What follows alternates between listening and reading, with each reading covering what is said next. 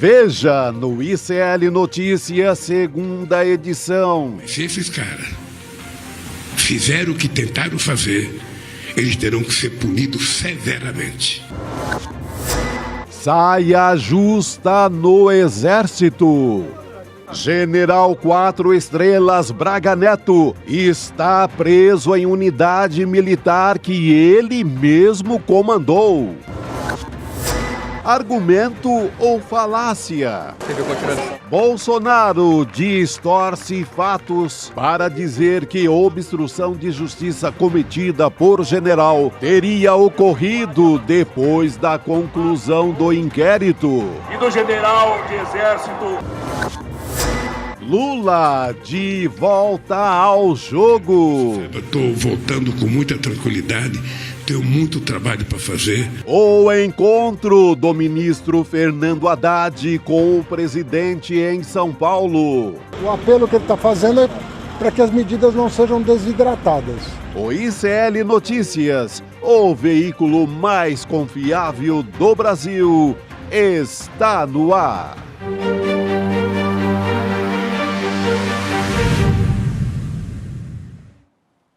Olá, boa noite, seja muito bem-vindo, seja muito bem-vindo. ICL Notícias, segunda edição, no ar, nos canais do Instituto Conhecimento Liberta, Eduardo Moreira no YouTube, na nossa última semana em estúdio. Mas calma, que a gente também vai trabalhar no nosso recesso. Boa noite, Chico Sá, boa noite, Rodrigo Então não é Viana. recesso. É. A gente vai trabalhar entre o Natal e o Ano Novo. Trabalhar de casa, da praia, da fazenda, lá da Mantiqueira, no meu caso, na Serra. Mas estaremos de plantão, porque o Brasil não deixa ninguém descansar Nem no tanto final de assim, semana, né? Pois é. Ô, Chico, e você... Desculpa. Imagina, eu ia dizer que no final de semana a gente teve uma prisão de um general 4 estrelas. Pois é, em pleno sábado, então não dá para descansar, respirar. não. Quer dizer que na quinta ou na sexta falavam, já está chegando no fim do ano, agora não tem mais nada. E o Chico falou, será? Acho que antes do Natal ainda vem surpresa. Não, mas é porque havia mesmo uma boataria muito forte. No mundo ali da Polícia Federal, estava todo mundo atento que algo aconteceria. Você ouviu vozes, então, que eram de verdade. Eu ouvi vozes dos meus tiras. Eu também tenho os meus tiras. É isso aí. As Olha, fontes. E sábado a gente fez uma live, né, assim, de emergência, uma live especial pela manhã e audiência tremenda. Agradecer a nossa comunidade aqui. E no sábado à tarde... Foi um sucesso, né, a live? 30 mil pessoas acompanhando. Eu fui depois à rua para participar de um evento e muita gente vinha comentar, olha, assisti lá o ICL de manhã e tal. Então, impressionante o alcance, a gente agradece demais aqui a nossa comunidade também. É isso, Gabi. Excelente, Rodrigo. A gente sempre aposta, inclusive aos finais de semana também, quando um evento como esse acontece, não é todo dia, né, que a gente tem General 4 Estrelas Não, general preso. não. E o presidente Lula, como a gente já viu também, recebendo alta no dia seguinte. Então foi um final de semana bem movimentado. Sábado a prisão do Braga Neto e domingo a alta do presidente Lula. Agora o Braga Neto a essa altura está lá em Deodoro, né? Sim. Lá na Vila Militar, até a gente comentava aqui. É até confortável, viu, Rodrigo? Será que vai engordar na prisão? Comer bastante? Sempre. É? O Mauro Cid, ele fazia muito exercício. Porque essas prisões militares têm uma certa mordomia, né? Isso. O cara sai, faz exercício, bate um papo ali com o recruta, tira uma onda. Se brincar, dá até um castigo pro recruta, porque militar nunca dorme ali. Mas são prisões muito confortáveis. Bem diferente das prisões brasileiras. E é um cara, como ele é muito querido lá, entre os seus pares, certamente o filé mignon vai ser o melhor possível. Ele é querido por alguns, mas vamos lembrar que o Braga Neto também ficou marcado por ter xingado outros generais, por ter dito fulano de tal um frouxo, porque não quer dar o golpe, não usou essa palavra, usou um palavrão, né? Sim. Parte para cima dele, coloca o pessoal para atacar o fulano, lembra?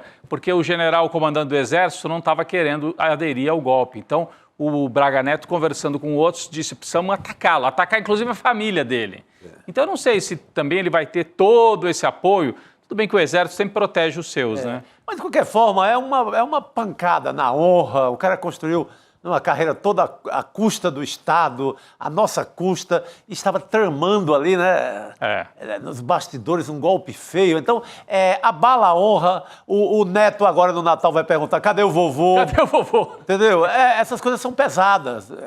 Imagina, o netinho do Braga Neto, cadê o vovô? E a vovó vai falar assim, saiu em férias, foi fazer uma reunião. Aonde? Lá em Deodoro. Ele gosta muito de Deodoro. Gosta muito de Deodoro. Lá onde é a Vila Militar, no bairro de Deodoro.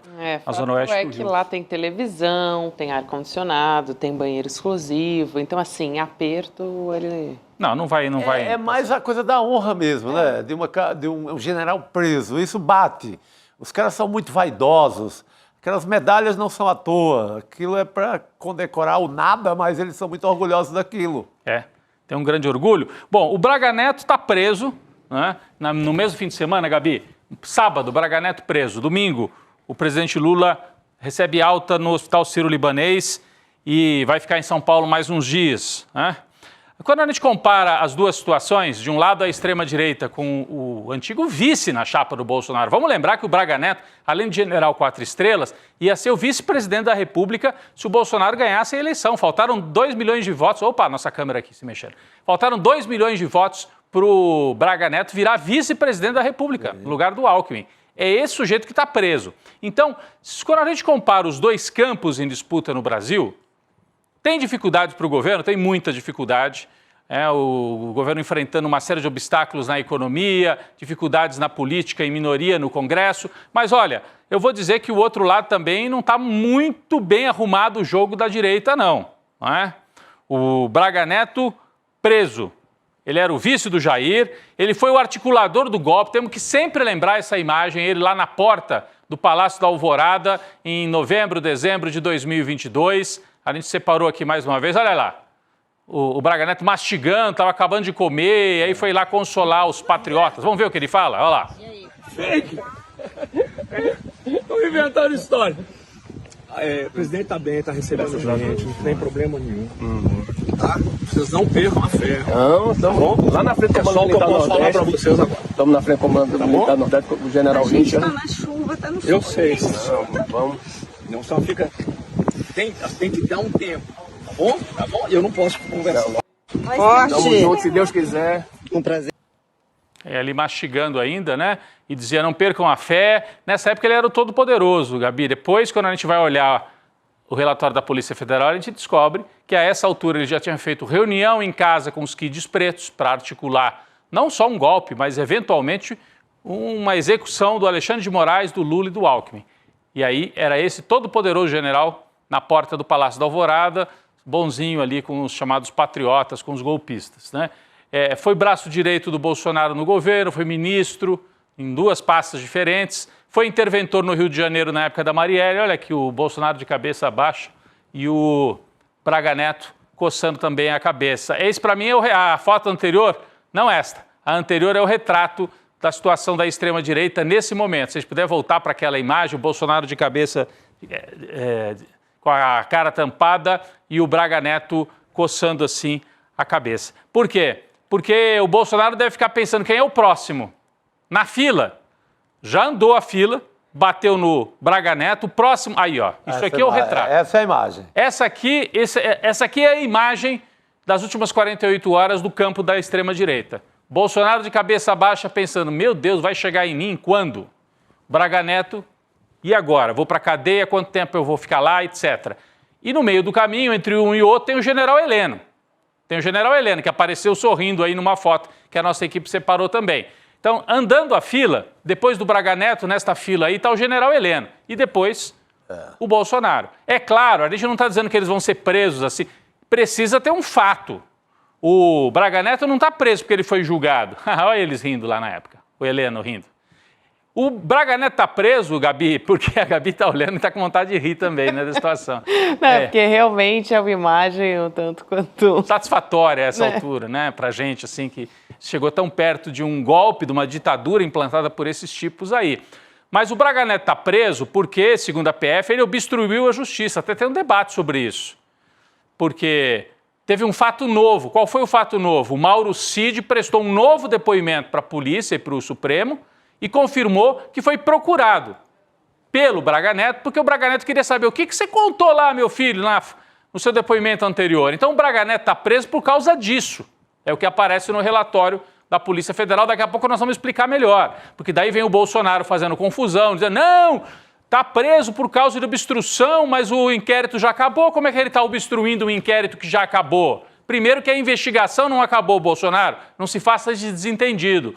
A Polícia Federal entregou um relatório. Mas a qualquer momento, Gabi, a gente viu na semana passada, pode fazer um adendo, a polícia continua investigando. Tanto que está fazendo. Teve o outro Kid Preto que foi preso, que estava em condição de investigado. Indiciaram mais 3. Exato, e ele foi um deles, né? Então não tem essa, já acabou a investigação. Como é que ele está obstruindo a investigação que já acabou? Não, o relatório foi entregue, mas a investigação prossegue. Se qualquer um desses investigados, indiciados, cometer algum ato desse tipo, se o general Heleno resolve pressionar alguém para atrapalhar a investigação, vai em cana também. E o Bolsonaro. Se alguém ameaça fugir do país, vai em cana, porque está querendo fugir, né, do processo judicial. Então é por esse motivo que o Braga Neto está preso. Então, de um lado, a fila andou, Braga Neto em prisão preventiva, não é julgado, não tem julgamento, por obstruir a justiça na Vila Militar, no Rio de Janeiro. Do outro lado, o Lula, o presidente Lula, de volta ao jogo. A gente assistiu ontem, domingo, o presidente Lula de chapéu Panamá, na entrevista coletiva ali, ao lado dos médicos. Não é essa ainda, essa é de hoje, gente. A imagem de ontem, a entrevista coletiva de Lula no hospital. Isso, obrigado. Os médicos iam dar uma entrevista para passar todas as informações e o Lula, entre aspas, de surpresa, porque deve ter sido combinado, evidente, né? Mas aparece ali para conversar com jornalistas e dar o seu testemunho. Vocês assistiram ontem? Eu assisti toda a entrevista do Lula. Sim. Eu achei assim, agilidade total de pensamento, né? Raciocínio, agilidade, tudo perfeito. A voz um pouquinho abatida, mas normal para quem ficou 2, 3 dias. Eu fiquei muito impressionada, porque eu achei assim... Melhor do que você imaginava. Aparência zero de abatimento, assim. Você achou zero de abatimento? Eu achei a voz um pouco abatida, um pouquinho. Do hospital... Mas para quem está saindo do hospital... Sim, mas o raciocínio esperto, ligeiro, respondendo tudo. Até bastante combativo. Não esquecendo a grande campanha contra os juros. Então, tudo em ordem. Perfeito. O Lula agradeceu nominalmente os médicos. Isso também foi legal, né? Eu agradeço fulano, fisioterapeuta, o neurologista, deu os nomes, fez os agradecimentos e depois deu um recado político. Deu alguns recados políticos, né? Falou sobre o Braga Neto. Daqui a pouco nós vamos rodar trechos da fala do Lula. Falou assim, ele tem direito à presunção de inocência, tem direito a um processo justo, coisa que eu não tive, falou o Lula na coletiva, coisa que eu não tive, e que espera que ele tenha todos os direitos garantidos, mas que se ficar comprovado que esses militares fizeram o que está no relatório, eles têm que ser severamente punidos, afirmou o Lula. Então, saiu do hospital já na ofensiva contra os golpistas. E também do lado da economia, falando sobre o pacote fiscal. Então, o Lula voltou ao jogo, mas não vai ter vida fácil. Não vai ter vida fácil. Passa os próximos dias em São Paulo, está despachando já, trabalhando em São Paulo, e não vai ter vida fácil por quê? Bom, primeiro, porque a comunicação do governo segue errática, né, gente? O Lula deu essa coletiva, já tinha marcado um gol no domingo, aí vem domingo à tarde e começam a entrar umas chamadas no ar. O Lula vai falar com exclusividade pro Fantástico. O que ele tinha a ganhar nessa fala, né? De conversar com o Fantástico. Ele deu uma entrevista para a Sônia Bride, boa repórter, né? Uma repórter ótima na área ambiental, enfim. Excelente repórter. Tá aqui, ó. O Lula falou com exclusividade para a Sônia Bride. Foi logo depois, deu a coletiva, provavelmente estava negociado ali, logo depois, ainda de chapéuzinho, olha lá. Aí a Sônia Bride já gravou, colocou na rede dela, daqui a pouco no Fantástico. Bom, Lula falou e a Janja também conversaram com a Sônia Bride. Fiquei achando, bom, o objetivo é falar sobre o susto, a internação, aquela humanização do presidente no domingo à noite e tal. Acho que o objetivo do Lula e da Janja era esse. Só que, o Lula levou um chapéu da Globo. Levou um chapéu, gente. Por quê? Bom, o Lula estava usando o Panamá, mas quem deu o chapéu foi a Globo. O Lula estava usando o Panamá, mas quem deu o chapéu no Lula foi a Globo. Né? Por quê? A Globo usou a entrevista e as primeiras perguntas todas sobre a saúde, como é que foi, como é que não foi, detalhes, até aí tudo bem. Mas o Lula já tinha falado disso tudo na coletiva. Qual que foi o problema? Lá pelo meio da entrevista, o Lula volta a dizer, espero que o general, que o Braga Neto tenha lá a presunção de inocência, que eu não tive. E aí a Sônia Bride interrompe e fala, mas como assim o senhor não teve? E aí a Globo abre um parênteses na entrevista do Lula para falar da saúde e começa a dizer, não, o senhor foi processado, o senhor estava lá, o triplex do Guarujá, o Moro. A Globo abriu um parênteses, porque é o seguinte, tem a entrevista gravada, e fizeram um material editado no meio, Chico e Gabi, vocês assistiram isso, né? Sim. E colocaram lá, relembrando todo o caso e fazendo a defesa do Moro e da Lava Jato. E dizendo, Lula, você foi condenado e deixando uma pulga atrás da orelha de todo mundo que estava assistindo. Cara, foi um panfleto bolsonarista. Bolsonarista no meio da entrevista. E lava-jatista. Porque eu digo, com a tese dos bolsonaristas, do descondenado. Exatamente. Foi isso, né? Foi o Lula descondenado. O Lula quis aparecer na Globo como um presidente que está ali cuidando da saúde, que teve um susto, mas está firme. Só que faltou combinar com a Globo. Ele não sabia que a Globo é isso, depois de tantos e tantos anos. Que estratégia de comunicação é essa? Bom, o site Poder 360 fez até uma matéria sobre isso aqui, trouxe. Tem aqui e a revista Fórum. Antes eu vou colocar da revista Fórum. O nosso colega... essa aqui é do Poder 360. Podemos ir nessa aqui também, então. Poder 360 conta essa história. O presidente deu entrevista nesse domingo para o Fantástico. Foi a 8ª vez que o petista falou com exclusividade para veículos ou programas do Grupo Globo só em 2024. Chama atenção, né, gente?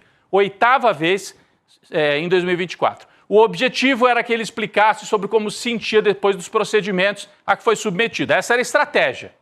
Agora, em comunicação, tem o que você quer e o que o meio de comunicação vai fazer com você, gente.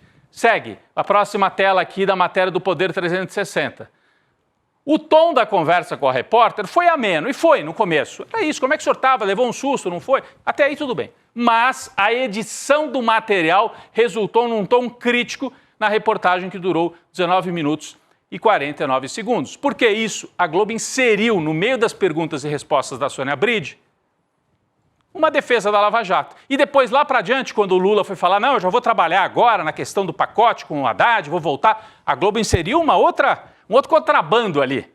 E falou, o pacote foi mal avaliado, o Lula precisa rever isso. Aí a Sônia Bride perguntou, o senhor não acha que foi ruim o jeito como foi feito o pacote econômico? Então o presidente estava saindo do hospital, já saiu levando pancada da Globo.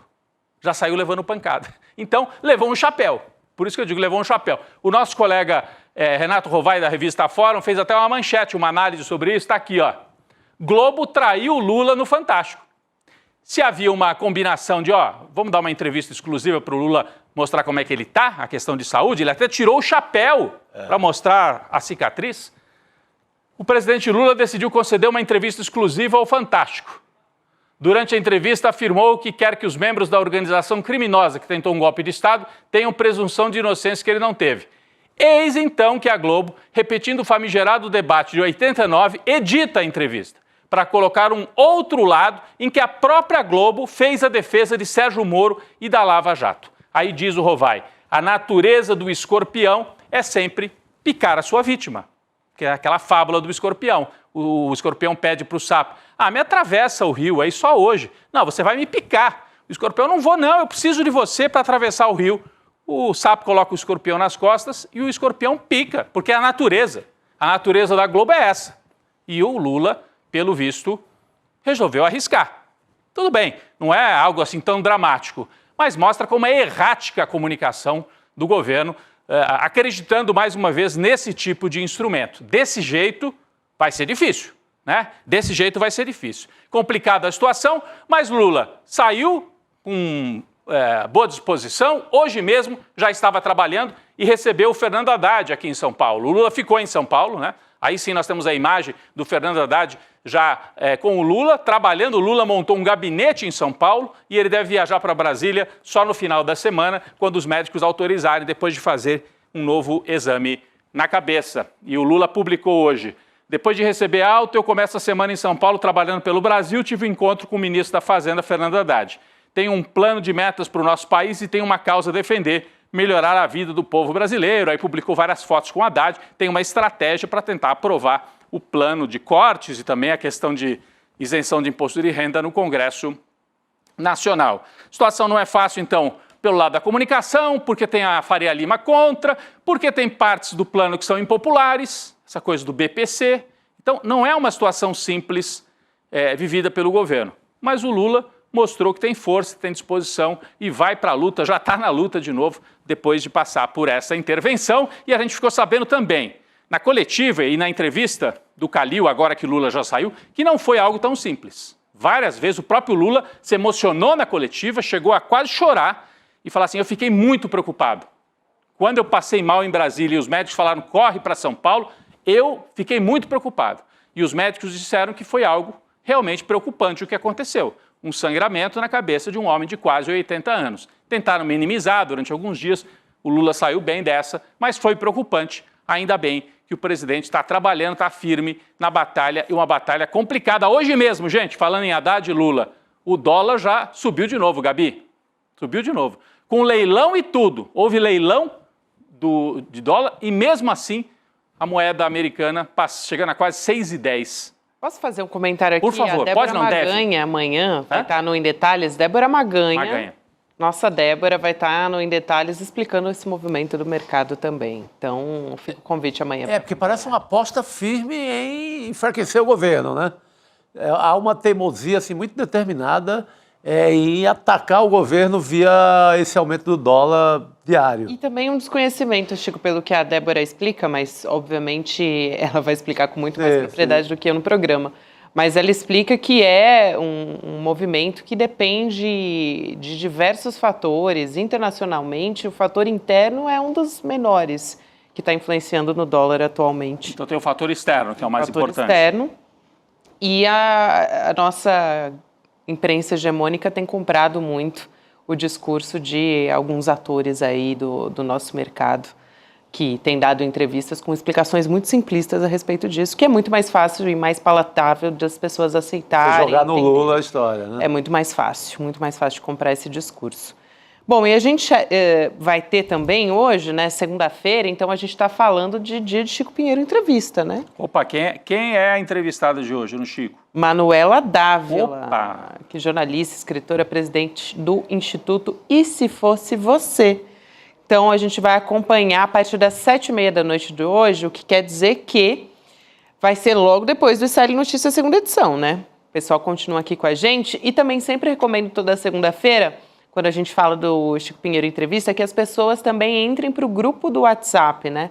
icl.com.br/grupo do Chico, que lá elas ficam sabendo primeiro. Então a gente sempre traz aqui os detalhes no ICL Notícias segunda edição, mas também no grupo tem trechos exclusivos, conteúdos que a gente também não traz aqui tudo dos nossos programas, né? Então lá tem muito mais coisa. Posso dar um spoiler da entrevista da Manuela? Pode dar. Vocês lembram? Ela foi a pessoa que recebeu o material do hacker. Então ela vai contar detalhes sobre isso, que ajudou a desmontar o pessoal lá da Lava Jato, né? O hacker estava querendo entregar aquele material, não sabia para quem, entregou para a Manuela Dávila, que depois foi a candidata a vice na chapa do Fernando Haddad, né? Tinha sido já candidata a vice na chapa do Fernando Haddad. Então, ela vai contar bastidores dessa história na entrevista para o Chico Pinheiro. É bem legal. Muito bom, já que falamos de Lava Jato agora há pouco. Muito bom. Venha calhar, gente. Excelente, então. Vamos acompanhar a entrevista com Manu Dávila a partir das 7h30 da noite. E a gente volta, claro, a conversar sobre os desdobramentos da prisão de Braga Neto. Ele continua preso, né, preventivamente nessa unidade militar, que a gente comentou no começo do programa, Deodoro, na zona oeste do Rio de Janeiro. E a gente também preparou um esqueminha para explicar quais são as ações golpistas do Braga Neto. Investigação da Polícia Federal, que já trouxe tudo isso para a gente, mas para ficar um pouco mais didático para quem está nos acompanhando. Então, são as seguintes. Vamos lá acompanhar para quem está nos assistindo. Dá uma olhada aí na tela. A gente traz primeiro. Ele é suspeito de tentar obter dados da delação de Mauro Cid. Pelo que a gente sabe, informações que a gente já trouxe aqui no ICL também, a gente teve uma ligação, né, para o pai do Mauro Cid por meio do Braga Neto, né, o Braga Neto tentando ter detalhes por meio do pai do Mauro Cid. É o Mauro Lorena então, Cid, Mauro aquele general. Lorena Cid, que eu chamo de Cid Pai. Bob Pai. É o general que se fotografou, né, fez uma selfie. É sempre bom lembrar. E se entregou à Obrigada, PF Chico porque Sá. ele mostra ele mexendo com as joias das Arábias, dos Estados Aparece Unidos. no reflexo, essa foto é excelente. Esse é o Sempre Mauro bom a Lorena, gente né? relembrar e viver, vou até se a nossa equipe conseguir pegar essa imagem. Eu não sei se ele já foi do setor de inteligência do É, Exército, mas se foi, setor de talvez inteligência. foi no tempo analógico, né? Não era do tempo da selfie, né? Então, Mauro Lorena Cid atendeu aí o Braga Neto, que estava fazendo pedidos para ter... Aí, gente, Esse é o Mauro Lorena, é o pai do Mauro Cid Filho. É o pai do Mauro Cid. É o Bob Cid pai e o Bob Cid Filho. Olha lá, eles Essa fotografam que o imagem Chico Sá lembrou, né? Olha ele no reflexo ali, Gabi. Não pode dizer que ele não estava. Ele se coloca na cena do crime. Porque ele também estava com uma missão cruel, que era resolver a parada das joias lá nos Estados Unidos. Ele é que ia pegar o dinheiro, trazer para o Bolsonaro no Brasil. Deram também uma missão nada republicana, nada militar, né? Você passa uma vida inteira na carreira militar e depois tem que mocosar joia de Bolsonaro, aí também é demais, né? Qual é a especialidade? É paraquedismo, não sei o que, não, é mocosar a joia. Aí é a missão ingrata que deram pro general. Joias e também fazer fotos um tanto quanto de qualidade meio duvidosa. Meio Como duvidosa. fotógrafo também Totalmente, não muito serviu bom. bem. Mas só para voltar lá Vamos voltar lá. para aquele quadro, né, que estava no ar. Então, o Braga Neto teria procurado o Mauro Cid pai, que é esse que vocês lembraram da foto, para falar, escuta, o que teu filho... O que teu filho contou lá pra polícia? Eu quero saber. Ele deve ter sondado, né? E falou mais o quê, né? Tá aí umas informações. Mas esse foi, inclusive, motivo de prisão preventiva contra o Braga Neto. Porque isso significa, o segundo item ali do lado esquerdo, risco à ordem pública, tentou atrapalhar as investigações da PF. Perfeito, é isso. Tentou embaralhar essa investigação em curso. Outro motivo muito importante que a gente já trouxe aqui também, financiou com dinheiro vivo o plano Punhal Verde e Amarelo. Gente, a gente já trouxe informação sobre isso, porque o dinheiro estava em caixas de vinho, viu, Chico Sá? Você costuma receber caixas de vinho com dinheiro vivo? Ah, não, cara. Eu pego só garrafa do supermercado e olha lá. Pois é. Essas caixas de vinho aí eram meio diferentes. Coisa fina. As caixas estavam... Recheadinhas. E aí, isso a Juliana Dalpiva trouxe essa informação há 2 semanas. Isso. E isso está lá na justificativa da polícia por que o Braga Neto precisava ser preso, né? Então, tentar obstruir a justiça e financiar com dinheiro vivo o plano Punhal Verde e Amarelo, Gabi. Isso. E também, é importante dizer, porque não está aqui na nossa imagem, mas era de empresários do agronegócio. A gente vai chegar lá aqui, mas esse é um aspecto importante que a gente vai discutir hoje. Também teve ação efetiva na coordenação do plano para executar autoridades, Lula, Alckmin e Moraes. Isso é importante porque também o Braga Neto, além dessa ação efetiva, ele seria um dos coordenadores do gabinete de crise que assumiria depois do assassinato dessas autoridades. Então o plano era esse, né? Sim.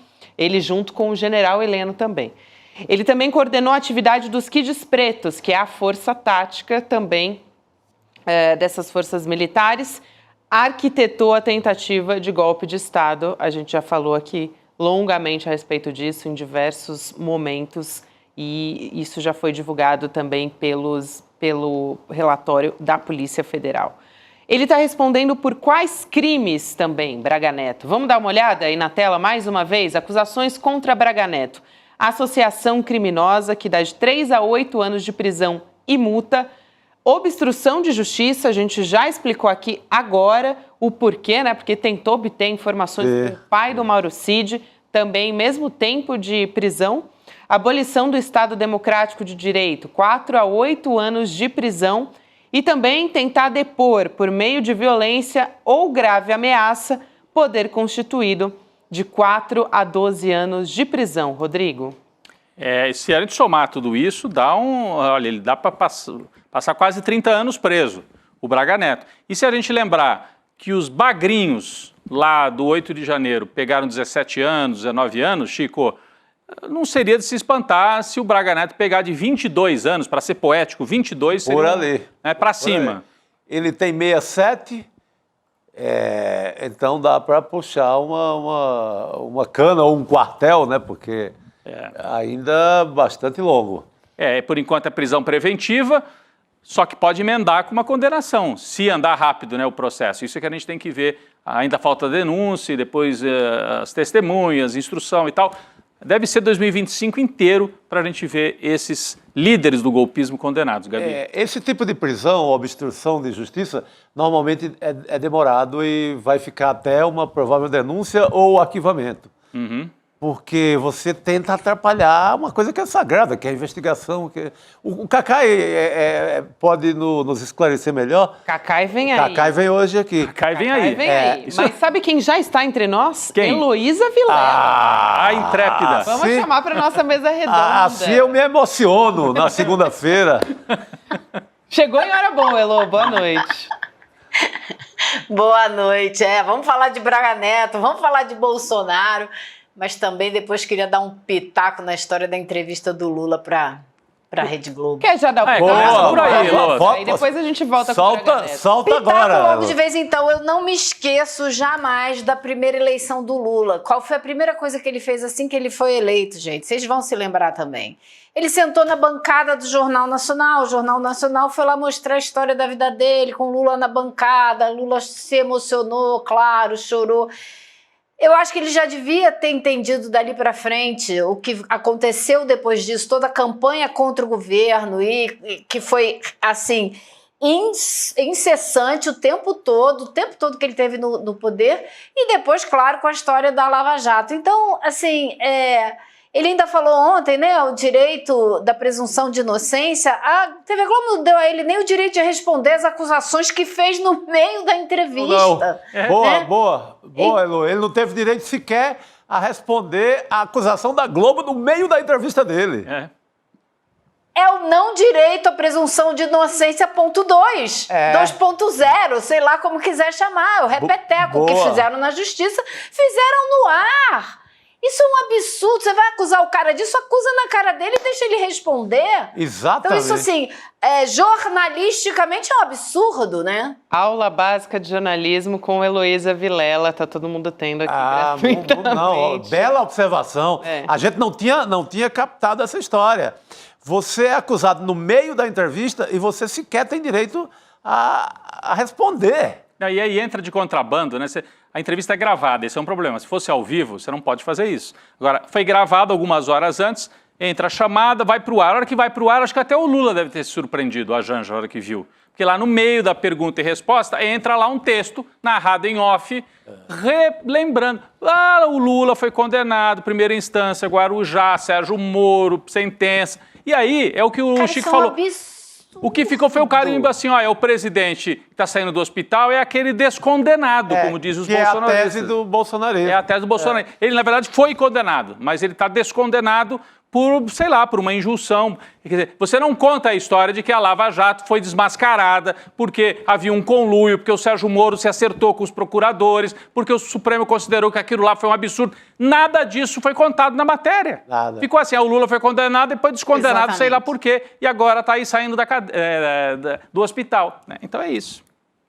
Gente. Eu recebi no meu celular aqui um comentário de uma pessoa muito importante dentro do Partido dos Trabalhadores, um assessor de peso lá dentro, que me mandou um comentário lá de dentro, que é um absurdo, que a Globo fez e tal. Aí eu só mandei assim, quem manda dar entrevista exclusiva para a Globo dá nisso? Aí a resposta dele foi, pois é, né? Gente... Fala sério, né? A gente devia ter aprendido isso há muito tempo. Mas, enfim, vamos lá aos nossos golpistas de plantão. Nossos golpistas, né? Elo, bora lá. Também acho que vale a pena a gente trazer a manifestação de Bolsonaro, que não deixa de ser uma estratégia política, né, gente? Vamos lá, então. No próprio dia da prisão do Braga Neto, o Bolsonaro foi para o X, né, tuitar. Então, ele falou como alguém hoje, prestem atenção no que ele disse, como alguém hoje pode ser preso por obstruir investigações já concluídas? A gente vai ter que explicar aqui, né, que Bolsonaro está, né, divulgando uma mensagem que não é verdadeira. Distorcendo a verdade. Porque obstrução de justiça aconteceu durante as investigações. A gente já explicou aqui, não foi no final do inquérito. Inclusive, a gente continua tendo desdobramentos até hoje pessoas que estavam em condição de investigado que virou indiciado, né? Um Kid Preto acabou semana passada de acontecer isso. Então, muita coisa ainda está se desdobrando nessa investigação. E o Cacai, daqui a pouco chega aqui, ele pode explicar com muita propriedade, porque tem experiência nisso, para analisar esse argumento, entre muitas aspas, aqui para o que Bolsonaro fez, né? Gabi, eu não posso dizer que o Bolsonaro mentiu, porque senão ele pode me processar. Por isso que Se eu falar que Bolsonaro mentiu, então eu não estou dizendo que Bolsonaro mentiu, né? Então... Você não está dizendo, Elô, estou de prova. Olha, estou de prova, não, você não está dizendo. Mas isso que ele disse não é verdade. Simplesmente não é verdade. Então a investigação estava em andamento quando o Braga Neto tentou saber o que Mário Cid estava dizendo, se ele realmente estava delatando alguma coisa. E agora a gente entende por quê, né? Porque foi justamente Mauro Cid, como revelou a Juliana Dalpiva na coluna dela aqui no ICL Notícias, foi justamente Mauro Cid que contou para a Polícia Federal que o Braga Neto colocou dinheiro, né, nas garrafas de vinho para mandar para os Kids Pretos, para financiar. Agora, resta saber de quem era esse dinheiro, né? Era dele... Era de caminhoneiro, era do pessoal do agro, de quem era essa grana, de quem era essa bufunfa, né? É o que a Polícia Federal está tentando, viu, Elô? Seguir esse dinheiro, né? Cumprindo o velho manual que recomenda a seguir o dinheiro dos escândalos. Então, eu creio que vai chegar nesse plantador de soja, o criador de boi, não sei qual a função deste senhor que resolveu financiar mortes, porque essa grana era específica para financiar os assassinatos. Não, e esse detalhe que a Gabi falou disso rapidamente um pouco mais cedo, né, de que teria vindo do agronegócio, e aí o pessoal do agronegócio não gostou muito, né? A Frente Parlamentar da Agropecuária, Gabi, vou só adiantar aqui já a notícia para trazer para a Ilô comentar, né, que reúne 340 deputados federais e senadores, reagiu e disse, né, para a Folha de São Paulo o seguinte, Gabi, acho que você tem aí, né, a fala da Frente da Agropecuária contestando essa versão de que financiaram um plano para matar a gente, que é isso, né, um plano homicida. É isso. Posso trazer aqui a versão, então, da Frente Parlamentar da Agropecuária? A FPA diz o seguinte: é inadmissível que ações isoladas sejam usadas para generalizar e comprometer a imagem de um setor econômico composto por mais de 6 milhões de produtores e que desempenha papel fundamental no desenvolvimento do país.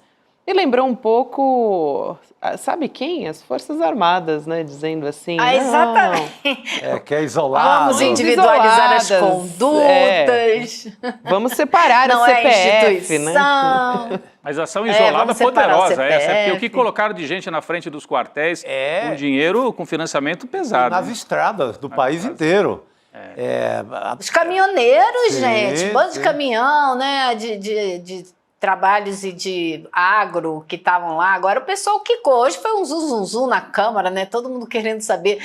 Puxa, você falou o número de deputados. Olha a quantidade, o tamanho dessa bancada, né? Então tem um monte de porta-voz lá pronto para defender esse pessoal. Agora, é preciso investigar e chegar direitinho nos CPFs, como eles gostam de dizer, né?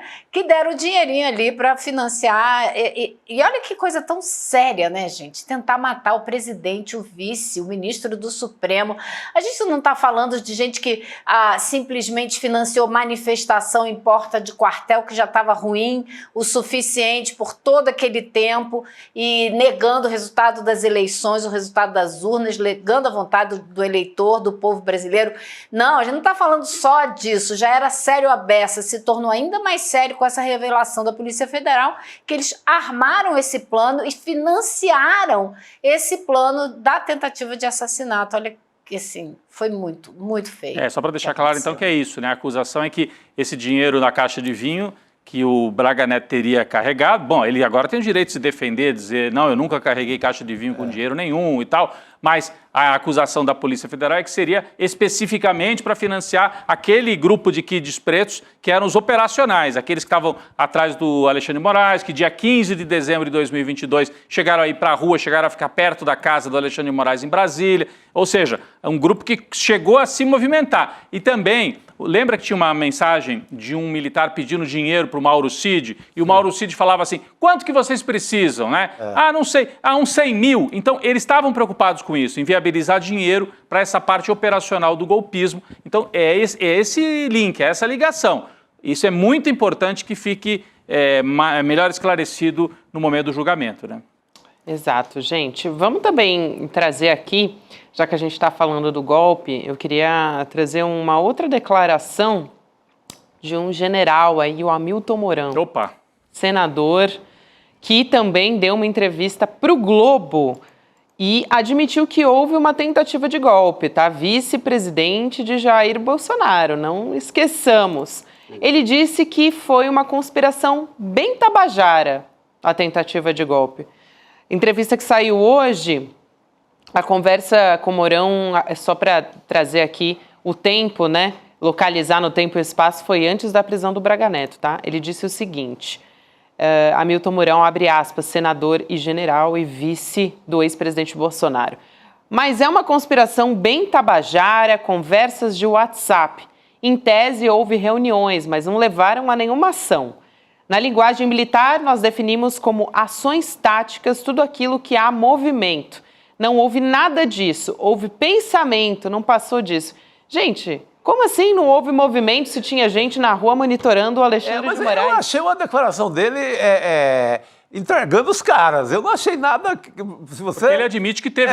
Você é o vice, você está lá dentro. Tinha grupo de WhatsApp, tinha conversa. Mas você está dizendo que havia um planejamento de golpe. E ele estava dentro do governo, Ele estava dentro do governo. Então, eu acho que ele dá uma entregada. E o Mourão é meio sacana nesse sentido. Ele vez por outra, ele entregava o Bolsonaro assim algumas frases. Eu acho que foi mais uma história desse tipo. Eu vejo mais assim do que tentando livrar a cara. Porque ele não defende ninguém aí. Ele disse que houve, mas essa história de dizer que houve só no pensamento... Primeiro que é o seguinte, né? Não é verdade. Não é verdade, como disse a Gabi, eles chegaram aí pra rua. E segundo que golpe, você tentar golpe já é crime, porque depois que você consolida o golpe, você não tem como julgar esse crime, porque daí eles são os donos do poder e a gente estaria fora, o Alexandre de Moraes, o Supremo, estaria desmontado. Então, isso é tão óbvio, do ponto de vista até lógico, né? É um tipo de argumento que não fecha, mas é a defesa que eles têm que ter alguma coisa para dizer, Gabi. Como vai ficando explícito que houve uma articulação, o que eles podem dizer não foi tão sério assim, que é o que diz aqui o Mourão. Quando ele diz que é tabajara, né? Tabajara. Classifica como tabajara. Houve, mas não foi tão sério. Segundo, o Bolsonaro não topou, tanto que foi embora, né? Mas insuflou. E só foi embora porque é medrosão, não quis bancar sozinho, né? Então esses são os argumentos. Ou então isso, que tentativa não conta, o que é uma bobagem do ponto de vista jurídico. Né? Falando em bobagem do ponto de vista jurídico, eu vou passar para você comentar, mas eu me lembrei, aquela história lá do Bolsonaro também, é um recado muito claro ali também para o Braga Neto não fazer delação premiada. Né? Qual, que é um ponto que a gente não trouxe, quando ele diz ali, não, é um absurdo, essa coisa... Os investigadores estão lendo essa declaração do Bolsonaro no X para o Braga Neto como, olha, não faça delação premiada, hein, Braga Neto? Aquela que a gente mostrou antes. Essa que a gente mostrou antes. Que é a obstrução à investigação que já terminou. Isso, exatamente. Mas será que o Braga Neto pode... Elô, você acredita que o Braga Neto, assim, na mais alta esfera do bolsonarismo e dos golpistas, faria uma delação premiada? Tem essa expectativa aí no ar? Para entregar mais quem? Porque ele já está mais do que entregue pelo Mauro Cid. Ele vai entregar quem? Só se for para dizer que o Bolsonaro é que planejou tudo, que ele só estava executando. Não adianta, que ele não tem como se safar mais, né? Assim, ele já está num ponto de não retorno que ele não tem mais como se livrar. O cara fez reunião na casa dele para organizar o golpe, ele entregou dinheiro para financiar o golpe, ele estava falando com as pessoas que calma, que ladrão não vai subir a rampa. Então, ele não tem mais como se safar, né? Ele não tem mais escapatória. E o Mourão, eu acho que de alguma maneira, Chico, você pode ter razão, ele pode estar mais entregando do que... condenando a ação, né, da investigação da Polícia Federal. Agora, ele foi um dos primeiros também a publicar um Twitter assim que o Braga Neto foi preso, dizendo que o Braga Neto, ele diz o seguinte, o Braga Neto não representava risco e a prisão atropelou as normas legais. Não sei aonde, porque foi muito tempo de investigação muito bem substanciada e com delação premiada. Então, eu não sei o que mais que ele queria. Agora, que não houve só pensamento, não houve só pensamento, não. Senão a gente não estaria falando disso aqui. O Mourão, ele foi rifado no bolsonarismo, lá entre os generais e o presidente, ele foi rifado completo, né? Primeiro que ele perde a chance de ser vice de novo, ele foi escanteado, ele não participava de nada. Então, por isso que tem uma pitada de sacanagem dele aí, sabe? Aquela pitada de carioca de Copacabana, tá na reserva, tirando uma onda. É tanto que ele fala Tabajara, que é uma referência ao time do Caceta e Planeta.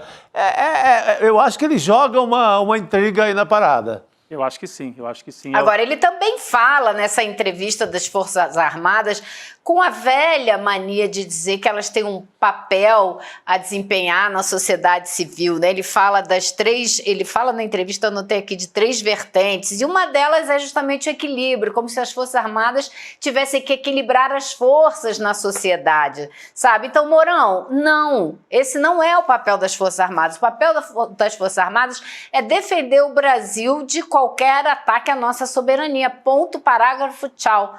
Converso com você na próxima. Entendeu? Muito bom. Ponto para PT Saudações. PT Saudações. Fazer antigamente. PT Saudações, como dizia o Carlito Maia, né? É isso. Diga, Elô. Não, é a Gabi ali. Eu achei que a Elô queria complementar. Eu queria trazer também o posicionamento do presidente Lula, né? Sobre a prisão do Braga Neto. Falei do Bolsonaro, a gente falou também do Mourão. Mas o presidente Lula, ele já saiu falando um monte de coisa, né? Assim, ele deu aquela entrevista exclusiva para a Globo, falou sobre juros, já foi, né, descendo a lenha nos juros, também falou do Braga Neto. Ele, na coletiva de imprensa lá no Sírio ainda, o Lula disse que o general deve ter o direito à presunção de inocência, que ele próprio não teve. Deu um recado ali também e a gente tem esse vídeo aqui. Vamos trazer. O que aconteceu essa semana com a decretação da prisão do general Braga, eu vou demonstrar para vocês que eu tenho mais paciência e sou democrático. Eu acho que ele tem todo o direito à presunção de inocência. O que eu não tive, eu quero que eles tenham. Todo o direito e todo o respeito para que a lei seja cumprida. Mas se esses caras fizeram o que tentaram fazer, eles terão que ser punidos severamente. Esse país teve gente que fez 10% do que eles fizeram e que foi morto na cadeia. Então, não é possível a gente aceitar o desrespeito à democracia, não é possível a gente aceitar o desrespeito à Constituição e não é possível a gente admitir que num país generoso como o Brasil, a gente tenha gente de alta graduação militar, tramando a morte de um presidente da República, tramando a morte do seu vice e tramando a morte de um juiz que era presidente da Suprema Corte Eleitoral. Então, eu quero que você saiba, estou voltando com muita tranquilidade, tenho muito trabalho para fazer, eu tenho um compromisso com esse país, eu tenho um compromisso com o povo brasileiro e eu quero deixar a presidência da República do mesmo jeito que eu deixei em 2010, de cabeça erguida, consciente de que esse país estará muito melhor em 2010. Tá aí a fala do presidente Lula.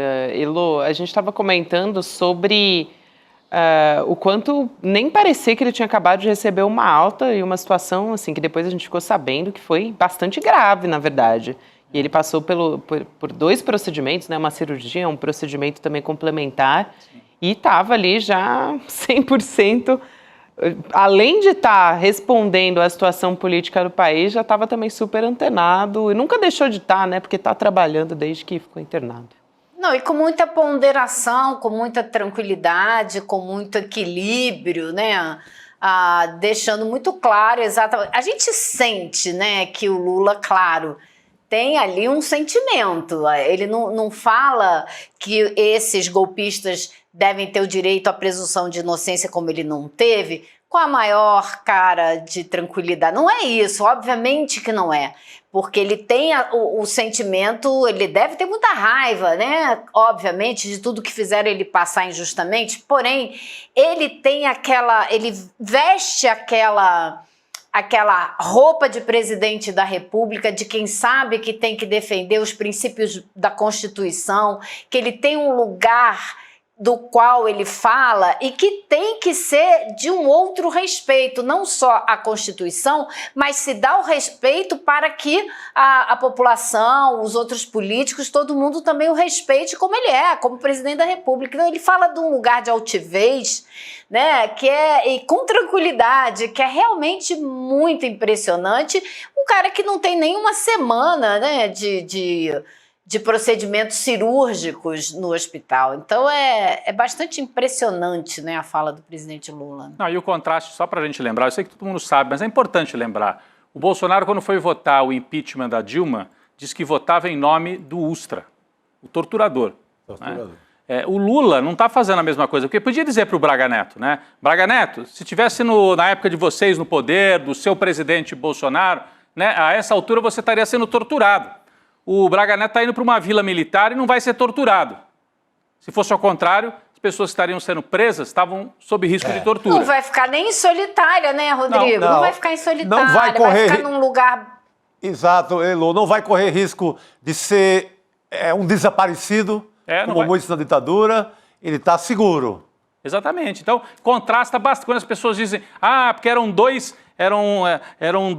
adversários, polarização no Brasil, dois radicalismos. É curioso, né? Um radicalismo que defende tortura, prisão, ditadura, morte, continua defendendo. Defendeu no dia do impeachment da Dilma. E o outro lado que diz, está preso, tem presunção de inocência, que seja julgado segundo as regras democráticas. É polarização isso? Ou é um lado que quer ditadura e outro lado que defende a democracia? Não é curioso, eu queria só lembrar. A própria operação foi feita da forma mais discreta possível. Se não fosse um fotógrafo do Estadão... né? Que fez uma aposta ali, profissional, bem feita. É a única foto, né? A única foto, mas também é uma foto que não tem algema, não tem espetáculo, não tem nada. Então, tudo feito muito dentro da democracia para valer. Aliás, era bom mostrar. É a única foto que tem do Braga Neto preso por enquanto. 2 agentes da PF e ele no meio um pouquinho cabisbaixo, mas muito diferente do que a Lava Jato, viu, que a Globo defendeu ontem na entrevista com o Lula, fazia a esculhambação que era. A Lava Jato avisava antes, os jornalistas iam junto, tinham acesso a tudo. Era helicóptero, era um espetáculo. Carnificina. Já pensou se tivesse feito isso com o Braga Neto? Expor a mulher dele em casa, a família, todo mundo na hora da prisão? Esperaram até ele acabar as férias em Alagoas ali. Chegou no Rio direitinho. E foi preso lá em Copacabana, no condomínio, né, no prédio El Cid, tá? O Braga Neto estava no prédio El Cid? Morei lá pertinho, eu era vizinho ali do El Cid. Não é, sério, gente, é real, tá? Eu não... Que rua é essa, hein? Que rua que é? Você lembra, Gabi? É lá em Copacabana, é um edifício. O roteirista do Brasil realmente capricha, né, Gabi? Capricha. Quando eu recebi essa foto hoje, eu não acreditei. Edifício El Cid de Copacabana, que beleza. É até um edifício, assim, que também não é... A fachada dele não é muito... Não é tão bonita, né? Assim, não é uma coisa... Não me chamou muita atenção. É na Figueiredo de Magalhães. Mas tem um nome hoje. Hoje em dia tem um nome importantíssimo. É que lá em Copacabana, se chacoalhar uma árvore, caem... Né, 6 generais. 6 generais. A maioria tá ali naquele pedaço, né? Jogando vôlei e tal, né? Ali em Copacabana. Vivendo os Copacabana e Barra da Tijuca, né? Vivendo os benefícios, né? Os benefícios do pijama. Eu só gostei. Peraí, passou batido. Como é que é, Gabi? Jogando o vovôlei. É o vovôlei de Copacabana. Com todo respeito aos vovós. Olha lá, gente. É o Cid, olha lá. Edifício é o Cid. É o Cid. Aí a fachada do edifício. E ainda não tem o prédio loucura, inteiro, né? Que é uma coisa assim que não tem... a parte da frente do prédio não tem varanda, assim, não tem nada, é uma coisa bem concreta, assim. Apesar de ser no Rio de Janeiro, eu achei bem a cara de São Paulo, assim, esse prédio. Tem prédio bonito de São Paulo também, mas esse é bem aquela coisa, assim, cinza. Olha lá a foto do Braga Neto, Rodrigo, que você tem. Essa é a foto. É a foto do colega do Estadão, né? É a única foto dele sendo levado pela Polícia Federal. Mas é uma foto histórica. Primeira vez que um general 4 estrelas é preso pela Justiça pela justiça comum, pela justiça civil, porque houve outros generais presos no golpe de 64. Os generais que eram pró-Jango, que eram a favor da Constituição, foram presos, general Ladário e outros que eram contra o golpe de 64. Mas daí era militar prendendo militar no golpe. Aqui é na base do processo judicial, justiça comum, general golpista em cana. Primeira vez. Sim, não, com inquérito correndo lentamente. Lento, vamos combinar que muito lentamente. Esse inquérito é tocado há séculos, com cuidado, houve um aqui, outro amanhã, assim, é com muita atenção que é feito esse inquérito. Então, é muito inédito nesse sentido. Elô, antes de você ir embora, a gente queria também trazer a fala do Donald Trump aqui, falando que vai taxar o Brasil. Essa notícia tem, assim, hoje está tomando noticiário também. O Trump já tinha ameaçado o Brasil antes, né? E os países dos BRICS também, com taxas de 100%, porque, né, principalmente se o bloco avançar naquela criação da moeda própria, né? Então ele está fazendo uma ameaça muito clara em relação a isso. A gente tem aqui as imagens. Desculpa, né, que eu estou obcecado com o edifício El-Cid. Né? Eu estou procurando a fachada. Desculpa. Eu mando para você. Eu me desconcentrei. Eu vou mandar a fachada do edifício El-Cid. O El-Cid é um guerreiro, é o apelido de um guerreiro espanhol. Ele lutava contra os mouros, século XI, XII, por aí. É um guerreiro. É isso aí. Eu tô mandando a fachada do El-Cid, tá, para nossa equipe. Mas vamos pro vídeo do Trump? Vamos lá, desculpa. Bora lá assistir. Muito mais importante. We're going to be treating people very fairly. But the word reciprocal is important because if somebody charges us, India, we don't have to talk about own. If India charges us 100%, that we charge them nothing for the same, they send in a bicycle and we send them a bicycle. They charge us 100 and 200. India charges a lot. Brazil charges a lot. If they want to charge us, that's fine, but we're going to charge them the same thing. Importantíssimo isso, né, Elô? Eu quero saber onde que a Índia taxa os Estados Unidos 100%, onde que o Brasil taxa os Estados Unidos 100%. A gente tem problema há anos com as commodities dos Estados Unidos, né, que eles sim subsidiam muito os produtos agrícolas, então sempre foi uma discussão de competição injusta de mercado. Agora, ele começou esse discurso, né, há coisa de umas semanas, porque não falou, ninguém vai abandonar o dólar, não. Esses países do BRICS aí que estão pensando que vão fazer comércio entre eles com outra moeda que não seja o dólar, eles vão ver só o que eu vou fazer. Então, o Donald Trump, vocês veem o discurso dele como parece super simples, claro e objetivo. Não vou dizer que ele mentiu, né? Não vou dizer que ele mentiu. Mas isso é uma distorção absoluta da realidade e ele está preparando o ambiente para esse aumento da sobretaxa para a importação de produtos que ele diz que vai implementar. É uma incógnita gigantesca, porque se ele fizer realmente o que ele está prometendo, ele vai provocar uma inflação, um aumento de preços nos Estados Unidos que vai ser realmente muito complicada para ele depois resolver, né? Então, vamos ver, ele fez isso com o aço, ele impôs uma série de sobretaxas ao aço, inclusive brasileiro, depois voltou atrás no caso do Brasil. Vai ser uma administração muito complicada para o Brasil e para o mundo de lidar essa administração Donald Trump, porque ele vem nessa área de economia aí, pode ser que ele tenha que recuar, mas que ele vai começar a implementar essas medidas, ele vai. É importantíssimo, vamos continuar de olho nisso. Elô, bom ter você aqui com a gente também para ajudar a entender essa história. Um beijo, querida, a gente se vê. Aliás, Gabi, deixa eu só te contar uma coisa. Conte. Hoje eu vi que o Steve Bannon participou de uma gala lá daquele clube de jovens republicanos de Nova York, que tem aquele filho de indianos que está no documentário que a gente fez. Ele deu uma palestra lá. Uma das coisas que ele falou na palestra foi que acho que Donald Trump podia concorrer novamente quando terminar esse mandato dele, porque afinal de contas o outro mandato que ele teve não foi sucessivo, ou seja, teve o Biden no meio, só que a Constituição dos Estados Unidos fala em 2 mandatos da vida da pessoa, não já importa se foi um longe do outro, já estão preparando para lançar essa ideia aí. Para o Trump poder se candidatar pelo um terceiro mandato. E o Steve Bannon tentando se colocar como relevante de novo, né? Tava meio apagado, aí depois da treta com Donald Trump, tá tentando voltando se colocar como interessante para a extrema-direita. Elô, mas foi lá naquele local que você foi entrevistar aquele personagem, quem não assistiu vale muito a pena, né? Aquele filho de indiano que é trampista, não é isso? Que é um filho de imigrante que é contra os imigrantes, é isso? Foi um jantar de gala promovido por esse grupo, né, que se chama Clube de Jovens Republicanos de Manhattan, de Nova York, que foi... eles fizeram um jantar de gala e chamaram o Steve Bannon, que era o grande... Não é a primeira vez que ele é o grande convidado de honra de um jantar desse grupo aí. Então, esse rapaz, inclusive, filho de indianos, ele trabalhou com o Steve Bannon no podcast do Steve Bannon. Então é a mesma turma. É a mesma coisa. Como é mesmo o nome do podcast do Steve Bannon, Elô?